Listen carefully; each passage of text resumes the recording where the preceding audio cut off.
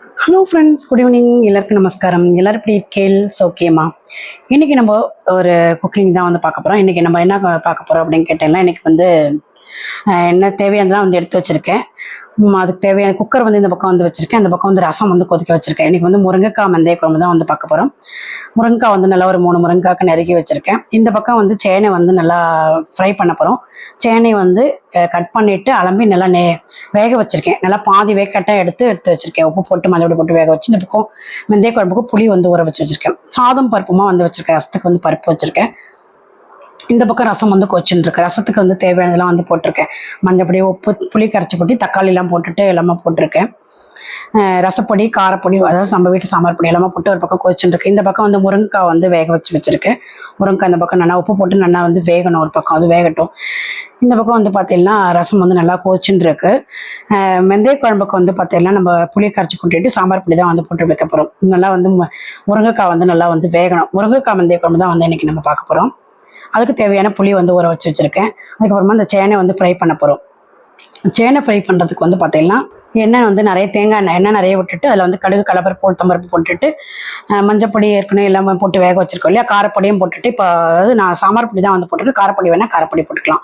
சேனையும் போட்டுட்டு நல்லா வந்து கலரி விட்டுட்டு அது பாட்டுக்கு ஒரு பக்கம் வெந்துருக்கு. அந்த பக்கம் ரசம் வச்சுருக்கு. இந்த பக்கம் வெந்தய குழம்புக்கு முருங்கைக்காய் நல்லா வெந்ததுக்கப்புறமா புளி கரைச்சி கொட்டிட்டு மஞ்சப்பொடி, உப்பு, பெருங்காயம், சாம்பார் பொடி நம்ம வீட்டில் அரைச்சி சாம்பார் பொடியும் போட்டுட்டு கொதிக்க வச்சுருக்கேன். நல்லா வந்து அது கொதிக்கணும். நல்லா வெத்த குழம்பு மாதிரி நல்லா சுண்டு நல்லா கொதிச்சு வந்து வரும். வெத்தக்குழம்பு மாதிரி தான் இருக்கும். டேஸ்ட்டும் ரொம்ப சூப்பராக இருக்கும். அந்த மாதிரி இந்த வெந்தய குழம்பு இது வந்து நீங்கள் வந்து முருங்கைக்காய் நிறைய கிடைக்கிற அன்றைக்கி ட்ரை பண்ணி பாருங்க. இப்போ ரசத்துக்கு வந்து பருப்பு ஜலம்லாம் விட்டாச்சு. நல்லா அப்படி நுரைச்சி வருது. நுரைச்சி வந்ததுக்கப்புறமா ஆஃப் பண்ணிட்டு தாளிக்க போகிறோம். மேலே கொத்தமல்லி, கருவேப்பிலை எல்லாமே வந்து போட்டாச்சு.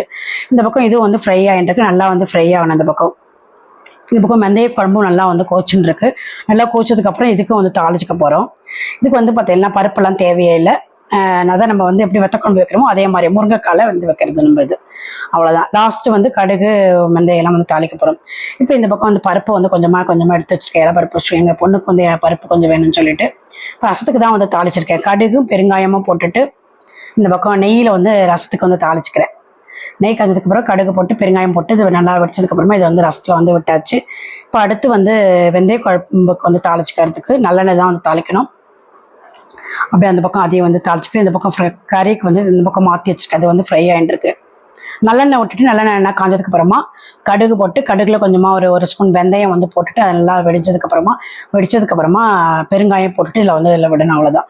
நல்லெண்ணெய் தாளிச்சா அது நல்லா டேஸ்ட்டாக நல்லாவும் வந்து இருக்கும். நல்லா அது வந்து கொதிக்கணும். ரொம்ப சூப்பராக இருக்குது. அது வந்து சாத்தோட பசங்க சாப்பிடலாம், மோர் அதை தொட்டு சாப்பிட்றதுக்கு எல்லாத்துக்குமே ரொம்ப நல்லாயிருக்கும். நீங்களும் வந்து ட்ரை பண்ணி பாருங்கள். இப்போ இந்த பக்கம் வந்து நல்லா வெடிச்சுன்னு இருக்குது. இப்போ பெருங்காயம் போட்டுட்டு நல்லா பெருங்காயம்லாம் நல்லா பொரிஞ்சதுக்கப்புறமா நம்ம இந்த வெந்தய குழம்புல வந்து நம்ம கடுகு தாளிச்சதை வந்து நம்ம அப்படியே விட போகிறோம். அவ்வளோதான். என்னோட இந்த பக்கம் சேனை வந்து ஃப்ரை ஆகிட்டுருக்கு. நல்லா கொஞ்சம் கூட ஃப்ரை ஆனதுக்கப்புறமா எடுத்து நான் உங்களுக்கு எல்லாமே வந்து காட்டுறேன். இப்போ இதுலேயும் வந்து இதை நம்ம கடுகெல்லாம் தாளிச்ச இதில் வந்து நம்ம விட்டுடுறோம். வெந்தய குழம்பு நல்லா வந்து ரெடியாக எடுத்து ஒரு கலக்கிட்டு ஒரு நிமிஷம் கொதிச்சதுக்கப்புறமா இறக்கி வைக்க வேண்டியது தான். ரொம்ப ஒரு சிம்பிளான ஒரு சமையல் தான். இப்போ நம்மளோட வெந்தய குழம்பு வந்து ரெடியாக எடுத்து சாதாரணமாக ஒரு வெறும் முருங்கைக்காய் போட்டு தான் வந்து வச்சுக்கோம். நல்லா டேஸ்ட்டும் ரொம்ப சூப்பராகவே வந்திருக்கும். இப்போ நம்மளோட காரக்கறியும் வந்து ஆயிடுத்து. எல்லாமே வந்து இறக்கிட்டு உங்களுக்கு வந்து காட்டுறேன் க்ளோஸ்அப்பில்.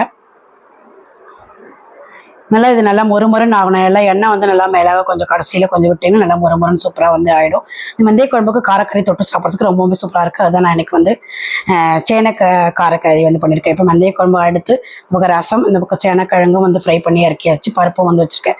குக்கரில் வந்து சாதம் வந்து வச்சுருக்கேன். 2 அப்பளமும் காய்ச்சினா நம்மளோட குக்கிங் என்னைக்கு சமையல் என்ன அப்படிங்கிறத நீங்கள் வந்து பார்த்துருப்பேன்னு நினைக்கிறேன். சூப்பராக வந்து ரெடியாக இருக்குது. நீங்களும் வந்து ட்ரை பண்ணி பாருங்கள்.